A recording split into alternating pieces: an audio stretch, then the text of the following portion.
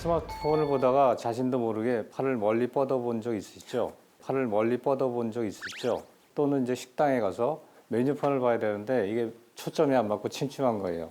그러면 나도 이제 나이가 드는구나. 다 인정을 해야 됩니다.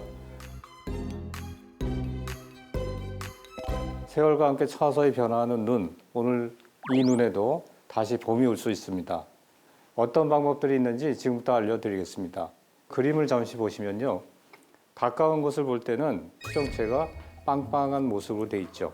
빛이 가까이 있는 걸 볼 수 있도록 굴절을 많이 시켜줘요. 그래서 가까이 있는 걸 볼 수 있고, 이 반면에 수정체 주머니를 당겨준다고 하면 얘가 얇아지겠죠. 그러면 멀리 포커스를 맞게 되는 거죠. 이게 우리 눈에서 초점을 변화시키는 원리가 되겠습니다. 그래서 이와 같은 것이 만약 수정체가 딱딱해지거나 그런 경우가 되게 되면 이 움직임이 둔화가 되는 것이죠.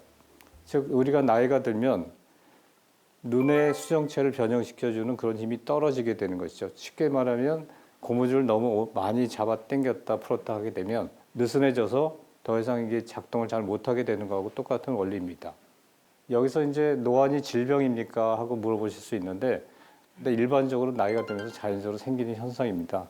그래서 이런 노안에 대해서 너무 내가 노안이 생겼다 너무 슬퍼하지 마시고요. 이 노안은 우리가 돋보기로 또 흔하게 해결할 수 있습니다. 예전에는 돋보기 쓰는 게 노인 연령 50세 이상만 돼도 자연스러운 현상이었거든요. 근데 요즘에는 50세만 돼도 청춘이잖아요. 그러니까 돋보기를 남들 앞에서 썼다 벗었다 하는 게 좀 불편하기도 하고, 특히 여성분들은 노안이 오게 되면 문제가 화장을 잘 하지 못해요. 자기가 거울을 보고 섬세하게 눈썹도 그리고 하셔야 되는데 이게 좀 어렵다는 게 불편입니다. 그러니까 이러한 불편을 해결하기 위해서 다초점 안경, 다초점 렌즈 이런 방법이 나오고 있는데, 다초점 안경은 우리가 적응하기가 좀 쉽지 않습니다. 왜냐하면 안경 자체가 전체 안경이 똑같은 도수가 아니고요. 정면을 볼 수 있는 윗부분은 도수가 우리가 눈 멀리 보는 데 도수에 맞게 되어 있고요. 아래쪽 부분은 도수가 더 높아요. 돋보기 도수입니다. 즉 위를 볼 때하고 아래 볼 때하고 도수가 갑자기 변화가 되는 것이죠. 그러니까 이와 같은 상의 변화 때문에 보통 우리가 이 다초점 안경을 처방을 해드리면 한 50% 정도 성공률이 있고 50% 정도는 끼기가 힘들다, 어지럽다 이런 말씀을 많이 하십니다. 그리고 그 외에 이제 다초점 콘택트 렌즈도 많이 있죠. 근데 우리가 콘택트 렌즈는 아시다시피 눈 위에다 직접 접촉을 하는 것이에요. 근데 이 문제가 나이가 들수록 안구 건조증도 생기고, 그리고 렌즈 자체는 산소 투과도를 떨어뜨리기 때문에 이걸 장시간 쓰게 되면 염증이 생기고 불편함이 증가되죠. 그래서 콘택트 렌즈도 해결 방법이 되지는 않습니다.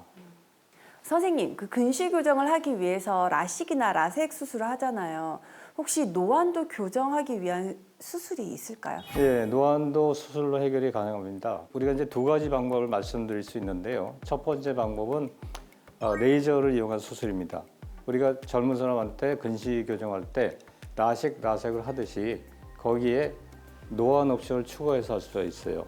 즉 근시 레이저는 멀리 볼 수 있는데 초점 한 가지이지만 노안 레이저는 그 형태를 중심부하고 주변부가 서로 다르게 깎습니다. 그렇게 하면 양쪽 눈 모두 먼 거리, 가까운 거리를 어느 정도 다 볼 수 있도록 이렇게 해줄 수가 있는데, 이것의 단점은 보통 노안이 시작되는 30대 혹은 40대 정도까지만 가능하고요. 그때는 수정체가 어느 정도 탄력이 남아있기 때문에 그때는 효과가 있는데, 이것이 50대 이상이 되면 이미 수정체에서 노안이 발생한 것이 심해졌기 때문에 검은 동작, 각막을 깎는 것으로는 해결이 되지 않습니다. 그래서 인공 수정체를 넣는 그런 수술을 권하고 있습니다. 이번에 이제 또 한 가지 말씀드릴 나이가 들면서 생기는 대표적인 게 백내장입니다. 백내장의 경우는 수정체 자체가 뿌옇게 콘탁이 생긴 경우죠. 그래서 이 그림을 보시면 정상적인 눈은 빛이 잘 모아져서 망막에 상이 맺히게 되는데, 백내장이 생기게 되면 렌즈 자체가 뿌옇게 돼서 잘 안 보이게 되겠죠. 그게 이제 백내장이 되겠습니다.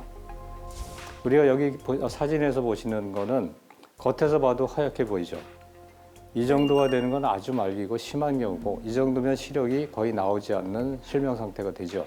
그래서 이런 경우는 응급하게 빨리 수술이 필요한 경우가 되겠습니다.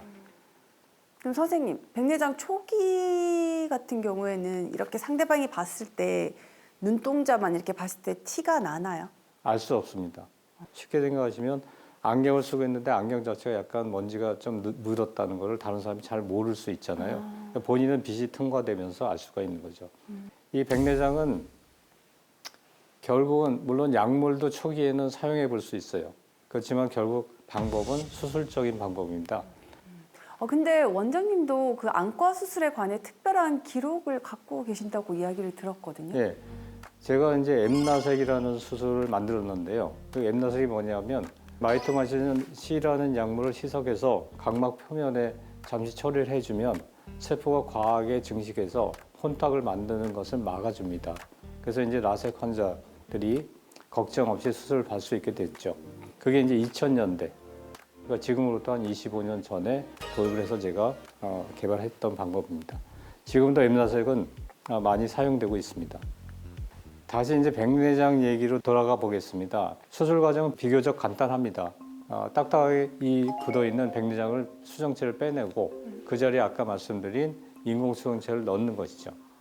근데 이때 이제 인공수정체가 기술이 발전하다 보니까 여러 가지 종류가 있어요. 초점이 하나짜리 렌즈를 예전에 많이 사용했는데 그거는 이제 멀리나 가까운 거리나 한 군데만 볼 수가 있어서 그 외에는 안경으로 또 교정을 해야 되고 그런 문제가 있었습니다.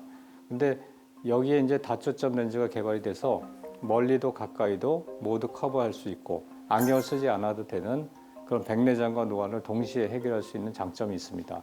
선생님, 그 단초점이나 다초점 렌즈를 삽입하는 시술을 했을 때 시력 변화 없이 영구적으로 그게 사용이 가능한 건가요? 네, 눈 속에 들어간 렌즈는 영구적으로 사용 가능합니다.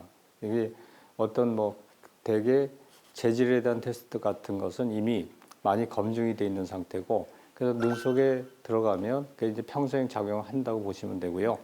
평소 올바른 습관으로 노화 속도를 늦추는 그런 노력이 필요한데요. 특히 어두운 곳에서의 스마트폰 보기를 멀리 해야 합니다. 어두운 곳에서 발광을 하는 그 스마트폰 보는 것은 여러 가지 문제를 낳습니다. 일단 눈에 피로도 있고 그다음에 청색광이 또 눈에 해롭기도 합니다. 그리고 또 어두운 곳에서 보게 되면 녹내장 위험도 높일 수 있고요. 특히 이제 엎드려서 휴대폰 보는 것이 아주 치명적인데 특히 아이들이 그런 경우는 꼭 말리셔야 됩니다. 그게 근시를 더 많이 만듭니다. 그래서 눈 건강을 위해서 잘못된 습관은 고쳐야 하겠습니다. 또한 자외선이 있는데요. 자외선 차단 선글라스를 착용하는 것은 수정체 손상을 줄일 수가 있어요. 당연히 인공수정체 수술을 한 뒤에도 선글라스 착용은 필수입니다. 또한 그 외에 흡연도 백내장 위험을 높입니다. 그 외에 당뇨나 혈압 같은 전신질환은 눈 건강에 직결되어 있기 때문에 주의가 필요합니다.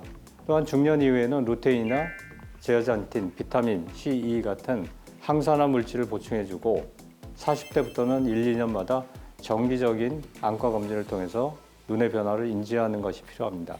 감사합니다.